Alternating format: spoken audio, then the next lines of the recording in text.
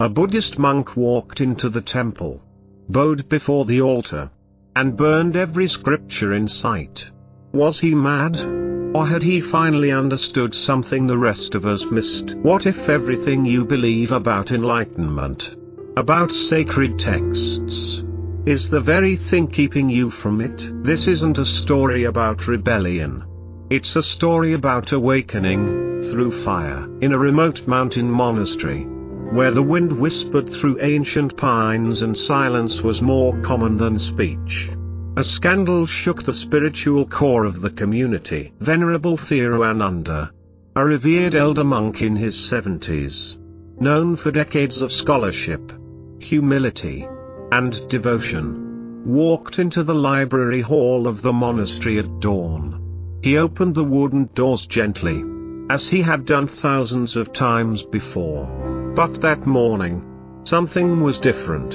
That morning, he carried not incense or prayer beads, but fire. Within hours, the entire collection of Buddhist scriptures, hand-copied sutras, rare commentaries, sacred chants, were turned to ashes. The monks who lived alongside him stood paralyzed. Some screamed, others cried. A few tried to stop him but were met only with a steady gaze and a silent bow. The fire roared. The silence screamed louder. Word spread quickly. Theravada has gone mad. He's a heretic. Is this not the same man who taught us the Lotus Sutra by heart? Indeed.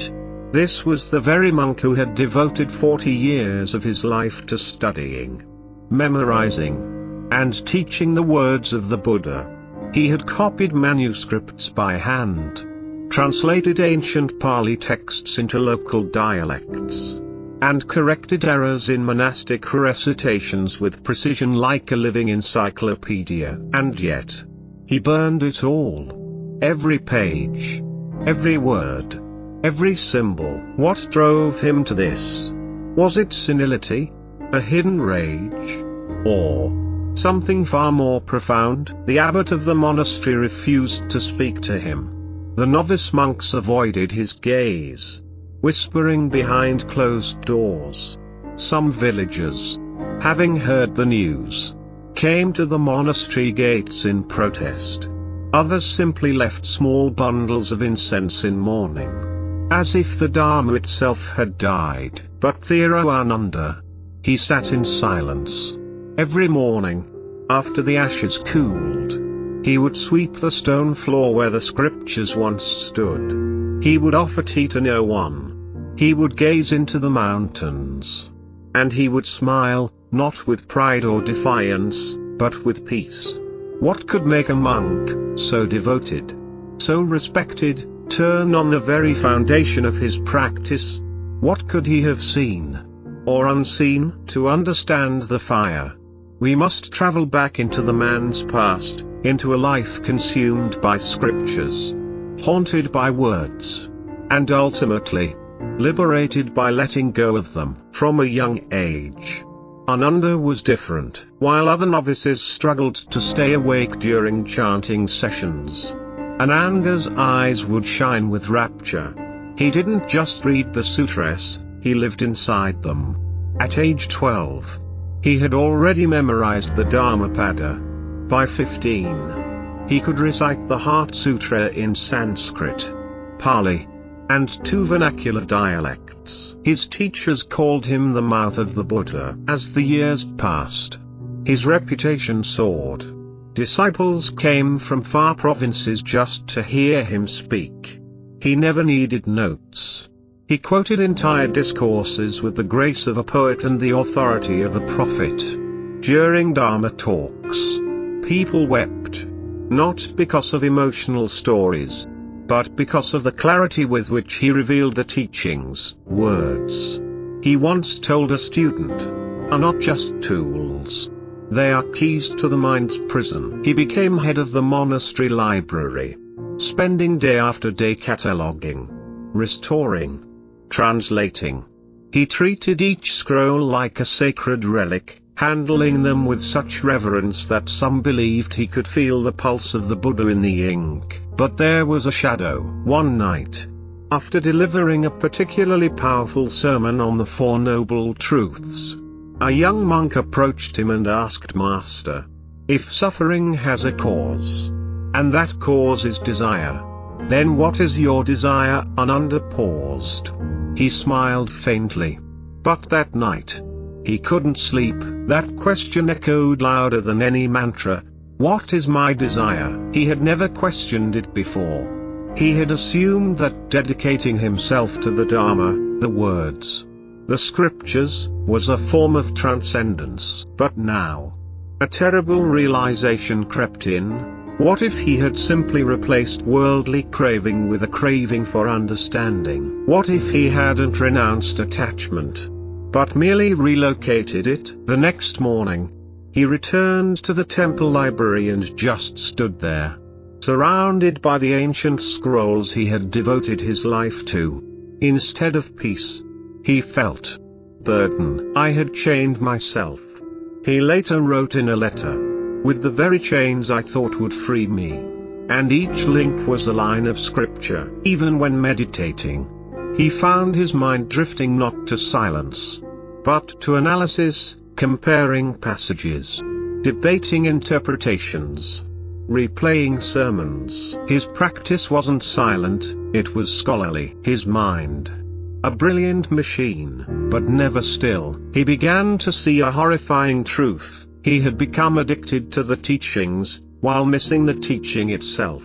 In a world that worships knowledge, it's easy to confuse wisdom with accumulation. But wisdom is not what fills your mind, it's what empties it. And so Ananda began a new kind of journey, not through libraries, but through silence. Not into words, but into what the Buddha called the unborn, unconditioned, and deathless. He sat in the meditation hall, the sound of the bell still echoing in the air. His eyes were closed, but his mind wasn't still. It was busy, repeating phrases from the Satipatthana Sutta, lining up commentary from Buddhaghosa, dissecting the Abhidhamma like a surgeon. And then, silence. Not peace, not clarity, just emptiness. A hollow space where the words used to matter. Ananda opened his eyes. Around him, the other monks were sitting still, their breaths deep and slow. But inside his chest, something had cracked. I don't know what any of it means anymore, he whispered to himself. I know every word, but I've lost the truth. He walked out alone into the garden where cherry blossoms were falling like soft snow. He looked at the petals, and for the first time in decades, he didn't think of a metaphor, a sermon, or a quote. He just looked, and he cried, because for all his brilliance, he had forgotten how to be. That night, he didn't chant, he didn't bow, he didn't study. He just sat by the window, watching the moon rise, wondering how something so silent could shine so clearly. And for the first time, he asked himself, what if the truth can't be understood? What if it can only be lived? He stopped teaching. The monastery murmured. Is he sick? Is he in crisis? The truth was quieter, and more terrifying. He no longer believed in explanation. He began to notice how even his questions were clinging to structure, grammar, expectation. He didn't want to explain anymore. He wanted to see. One morning, a student brought him tea. The young monk asked, "What should I read today, Master?" Ananda looked at him gently and said, "Nothing. Go watch the clouds." The monk laughed, thinking it was a cone, but Ananda didn't laugh. He just sipped his tea and watched the steam rise, like impermanence made visible. And then came the dream. In it, he stood before a vast library, every wall lined with sacred texts. He reached for a book, but it dissolved into ash. He turned around, and behind him stood a child, silent, empty-handed, radiant. The child said only one thing, "Burn the books, but don't lose the flame." Ananda woke up trembling, and in that moment, everything changed. He left the monastery at dawn, No explanation. No robe. Just a small bag and his breath. The path led him deep into the forest, where sound disappeared and the trees stood like ancient witnesses. After 2 days of walking in silence, he came upon a clearing. There, by a stream, sat a man. Old, but not frail. Still, but not lifeless. His eyes closed. His spine straight. His presence, immense. Ununderstood, frozen. The man opened his eyes.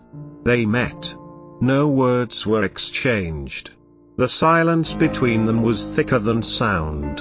Ananda bowed deeply. The old man nodded and plucked a dead flower from the ground. He held it out, not as a gift, not as a gesture, but as a question. Ananda stared at it. Brown, withered, fragile, yet somehow perfect. No lesson, no metaphor, just the raw presence of something that once was, and still was beautiful. Ananda began to weep, not from sadness, but from release. The old man finally spoke. Only one sentence, words are fingers pointing at the moon. If you cling to the finger, you miss the moon. And then he closed his eyes again. Ananda stayed there for 3 days. No instruction, no dialogue. Just stillness. Just breath. Just being. On the 3rd morning, the old man was gone. No footprints. No sign. Just the flower. Resting on a flat stone. As if to say, the Dharma is not taught. It is transmitted in silence. Ananda bowed deeply. His forehead touching the earth. And then, he walked back, not as a monk of memory, but as a vessel of space. As he reached the monastery gates, he saw the library. For the first time in 40 years, he didn't feel reverence. He felt freedom. Not because the scriptures were false, but because they were no longer necessary. He walked in, gathered them, one by one, bowed before each scroll, then lit the fire.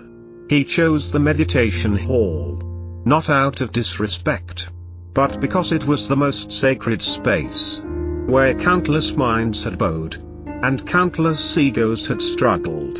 He laid each scroll down with care, not haste. The Diamond Sutra, the Heart Sutra, the Lotus Sutra, each one kissed with fire. The flames danced slowly at first, like they, too, were unsure. Then they roared. Monks rushed in. Some screamed. Some froze. Some begged him to stop. He didn't speak. He simply bowed. One monk cried, "Do you hate the Dharma?" He looked up. His voice calm. "I loved it so much. I had to let it go." The abbot arrived. His face pale with disbelief. "You've lost your mind," he said. Ananda turned to him. Eyes clearer than ever before. "No. I've only just found it. Outside. The smoke curled into the morning sky. Inside. The hall glowed with a strange warmth, not of destruction, but of release. When the final scroll crumbled, he sat cross-legged in the ashes, hands on knees, eyes closed, silent. Monks stood around him, stunned. One muttered, "He's gone mad," another whispered, "He's become enlightened." But Ananda said nothing, because truth, once seen, no longer needs an advocate. That night, he didn't eat, he didn't sleep, he just sat. And in the heart of that silence, something bloomed, an understanding that had no shape, no sound, no scripture, just stillness, just clarity, just flame. The next morning, the monastery felt like a courtroom. The ash was still warm, but judgment was colder than stone. Senior monks gathered, robes stiff, eyes sharp. "You've desecrated the Dharma," One said, "You've betrayed the Sangha." Another added, "Ananda bowed. If what I burned was the Dharma, then it was never alive to begin with." Gasps echoed through the hall. "How dare you speak in riddles after what you've done?" shouted a former disciple. Ananda didn't flinch. He simply said, "When fire touches paper, it burns. When truth touches ego, it screams." That line spread through the monastery like wildfire. Some admired it. Most rejected it. The abbot stripped him of his title. No longer venerable. No longer teacher. Just Ananda. A monk without a name. A vessel without a label. His room was emptied. His bookshelves, gone. His robes were returned to him folded. Without a word. But he accepted everything in silence. Because he had already let go of things far more precious. That week, letters arrived from distant monasteries. Some called for his expulsion. Others wanted a trial. A few, just a few, sent silence. And to Ananda, that silence meant everything. One afternoon, a young monk he had trained came to him with tears in his eyes. "Why, Master?" he asked. "Why destroy what you once taught us to love?" Ananda replied softly, "Because I realized I was teaching you the raft. But none of you were swimming." The boy didn't understand. Not yet. But something inside him shifted. He returned the next day. And the day after. To sit beside Ananda in silence. No scriptures. No chants. Just breath. Just presence. Villagers stopped coming to offer food. Rumors painted him as cursed. Fallen. Dangerous. One night, someone left a dead rat at his door. He buried it. With compassion. No blame. No hate. A few monks offered to defend him in council. He declined. Truth does not need defense, he said. Only illusions need protection. And so he remained, unloved by the many. Misunderstood by the most. But anchored like a mountain in storm. Seasons passed. Rain fell on stone. Wind carved through the trees. And still he sat. Most had forgotten the fire. But a few had not. The young monk who once questioned him returned each day. Sitting beside Ananda without asking. Without needing. And slowly, others joined. First in curiosity. Then in stillness. Then in surrender. They came not for sermons. But for silence. Not for answers. But for presence. One day, the monastery's chant leader, once his fiercest critic, came to visit. He brought a scroll. One of the few not burned. And asked Ananda to explain a passage. Ananda read it silently. Smiled. And handed it back. What did it mean? The man asked. Ananda replied. What did it do to your heart? The man said nothing. But his eyes softened. And he didn't return to the chanting hall that evening. He sat beneath the Bodhi tree instead. One by one, others began to shift. Not by argument. Not by persuasion. But by something they couldn't name. A quiet knowing. A depth that couldn't be quoted. The burned library had become a symbol, not of destruction, but of return. Return to essence. Return to breath. Return to being. Whispers of Ananda's transformation began reaching nearby villages. Some laughed. Others wept. A few came to see the man who burned the scriptures, and left in silence. Unable to speak about what they'd felt. His hut became a place of stillness. No icons. No relics. Just a mat. A cup. And the man who had once been everything, and now wanted to be nothing. On his final day, the sun rose slow and gold. Ananda sat beneath a withered tree. Legs crossed. Breath steady. Around him, the young monks gathered, not with questions, but with eyes open wide, hearts ready. He looked at them, smiled, and said, "Don't cling to what I have done. Don't imitate it. Burn only what binds you, but always keep the flame." And then he closed his eyes. He didn't speak again. He didn't need to. His final lesson was the silence he left behind. Years later, a new abbot was chosen. Once the boy who had asked, "Why did you burn the Dharma?" He built no new library. Instead, he planted a garden where the old one once stood. In the center, a stone engraved with Ananda's only remaining words, "The Dharma is not in the scroll. The Dharma is in the seeing." Visitors still come. They ask for texts. The monks offer them tea instead. Some leave confused. Others stay for hours. A few never leave, because something there speaks without speaking, a truth that cannot be printed, a flame that survives even the ashes.